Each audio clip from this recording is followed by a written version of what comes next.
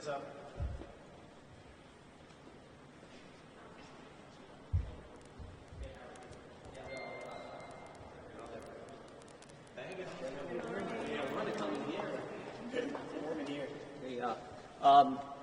So I said this earlier this morning, but I think you can sort of tell this story in three parts, three chapters.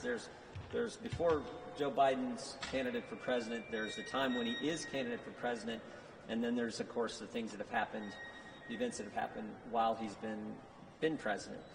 And I think today we're largely going to focus on that pre-candidate time. I call that the money, the business, the brand. That'll be the focus, I think, of today's questioning, specifically relative to James Biden's involvement with CEFC, AmeriCorps. There was a big story about that. So we're going to look at all that information, I think, today. I think it's interesting, some of the facts we've already picked up from Mr. Walker, Mr. Bobolinsky, specifically regarding the Chinese energy company CEFC.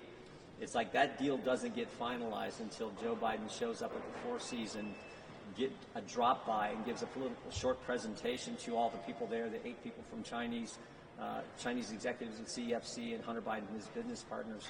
So I think we'll dig into those kind of things in today's thing. But we'll also look, some of the other information I think is important too. While Biden's candidate, the lies, the campaign, the rigged election, that's the 51 former intel officials and how that played.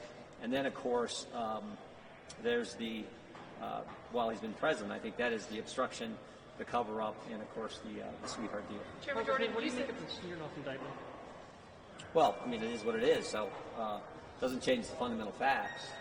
There are 4 fundamental facts that Hunter Biden gets put on the board of Burisma. He's not qualified to be on the board. He gets put on that board and gets paid $1 million a year. Second, as I said, he's not qualified to be on the board. He said so himself.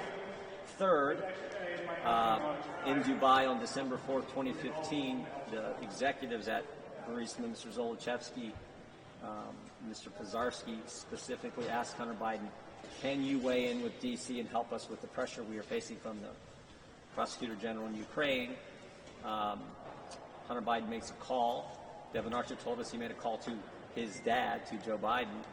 And then 3 days later, Joe Biden goes to Ukraine and conditions the release of American tax money on the firing of the prosecutor, applying the pressure to the company that Hunter Biden sat on the board of.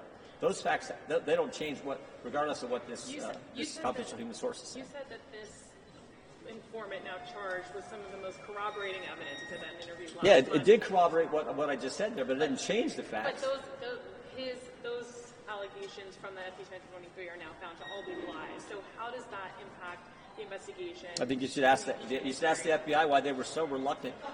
They told us if we don't, when we wanted to see the 1020, they said this could jeopardize national security, the safety of this confidential human source. You can't know his name. They didn't want to show it to us.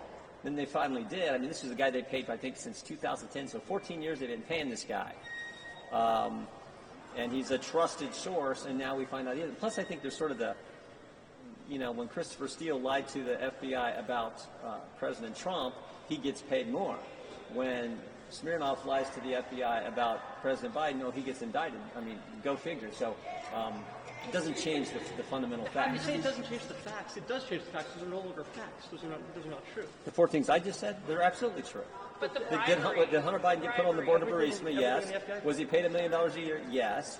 Did Joe Biden condition the release of tax money for the firing of the prosecutor who was applying the pressure? Yes. All 4 of those things are facts, absolutely, regardless of what the confidential human source may or may not have said. What do you make of Smirnoff's connections to Russians, high-level Russian intelligence? We'll find out. It's obviously.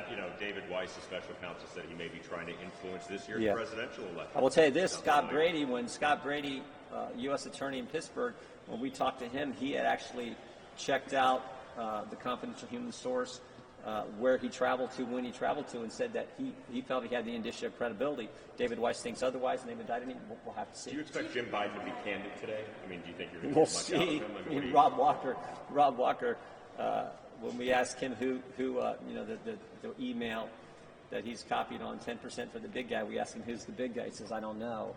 So he wasn't too candid. I mean, I think everyone knows who the big guy is, so we'll see what Jim Biden's like. Do you think the FBI acted corruptly, or DOJ acted corruptly in bringing charges against Smirnoff? Do you think they did that? No, I'm not saying that at all. I'm just saying that I'm just saying it doesn't change the underlying facts. And the FBI, I mean, Chris Wray didn't want to let us have the form because he said this guy was such a valued source. Somebody's asked the FBI, really? This is your valued source? If he's now some spy? I mean, holy cow! So it doesn't change our facts. Do you think Ray was dishonest in the way? I have no idea. But go figure. He told us one thing and now it's something else. I got to go for that. Thank you.